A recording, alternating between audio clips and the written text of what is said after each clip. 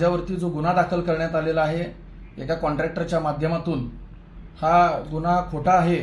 या प्रकरणामध्ये मी कधी त्याला पैशाची मागणी किंवा त्याला मारहाण केलेली नाही, परंतु राजकीय करिअर हे कुठंतरी बदनाम व्हावं याकरिता हे सगळं षडयंत्र पोलीस प्रशासनातील एका अधिकाऱ्याच्या माध्यमातून हे होत आहे।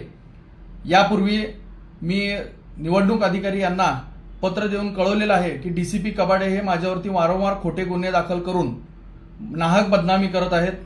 डीसीपी कबाडे यांच्या बाबतीमध्ये दिलेलं पत्र हे खरं तर या सगळ्या गुन्ह्यांमागचं कारण आहे। गेल्या 3 महिन्यामध्ये माझ्यावरती हा 3रा खोटा गुन्हा दाखल हे डीसीपी कबाडे यांनी केलेला आहे।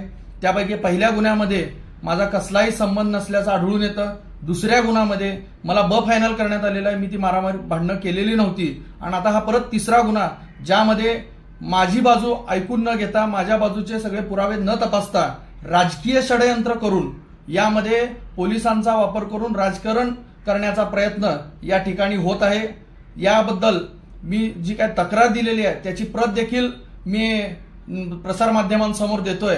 खरं तर या कॉन्ट्रॅक्टरचा आणि माझा कसलाही संबंध या अगोदर आलेला नाहीये, परंतु काल दुपारी 11 वाजता घडलेली घटना ते सांगतात आणि रात्री 11 वाजता गुन्हा दाखल करतात। या व्यतिरिक्त या अगोदरच्या 2 गुन्हे हे रात्री 1 वाजता आणि रात्री 2 वाजता गुन्हे दाखल करतात, जेणेकरून मला माझी बाजू मांडण्यास कुठेही मदत होऊ नये याकरिता हे षडयंत्र आहे।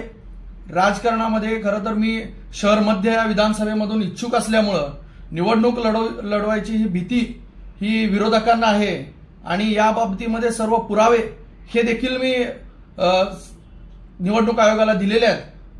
डीसीपी विजय कबाडे हे जाणून बुजून तेथील लकडे पीआय आणि एपीआय ढवळे यांना हाताशी धरून हा माझ्यावरती 1 महिन्यातला 2रा गुन्हा दाखल करण्यात आलेला आहे आणि त्याबद्दल मी नक्की महाराष्ट्र राज्याचे मुख्यमंत्री सन्माननीय एकनाथजी शिंदे साहेब यांच्याकडे तक्रार केलेली आहे। संबंधित अधिकाऱ्याचे निलंबन होऊन या बाबतीमधले तपास करण्यात यावं। खरं तर मला मानसिक त्रास देण्याचा हा उद्देश आहे। राजकारणामध्ये कुठेतरी एक सामान्य मुलगा हे आमदार होतो की काय, निवडणूक लढवतो की काय, या भीतीपोटी प्रशासनाला हाताशी धरून माजी गृहमंत्री सुशीलकुमार शिंदे व त्यांची कन्या खासदार प्रणिती शिंदे हे जाणून बुजून कबाडे यांच्या माध्यमातून हे षडयंत्र करत आहेत। माझ्या सोलापुरातील जनतेला माझी विनंती आहे की माझ्यावरती ज्या पद्धतीनं अन्याय होतोय त्या पद्धतीनं जे काय माझ्यावरती हे खोटे आरोप केले जात आहेत, खोटे गुन्हे दाखल करण्यात येतात, याबद्दल नक्कीच मी न्याय मागणार आहे। माझा न्याय व्यवस्थेवरती पूर्णतः विश्वास आहे, त्यामुळं मला न्याय मिळेल।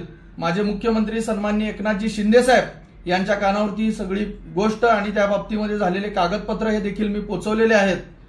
माझी पोलीस प्रशासनाला विनंती आहे की अशा पद्धतीनं खोटे गुन्हे दाखल करून एखाद्याचं राजकीय करिअर संपवण्याचा प्रयत्न हे आपल्या अधिकाऱ्यांमार्फत होत असेल तर त्यांच्यावर कारवाई करण्यात यावी ही नम्र विनंती।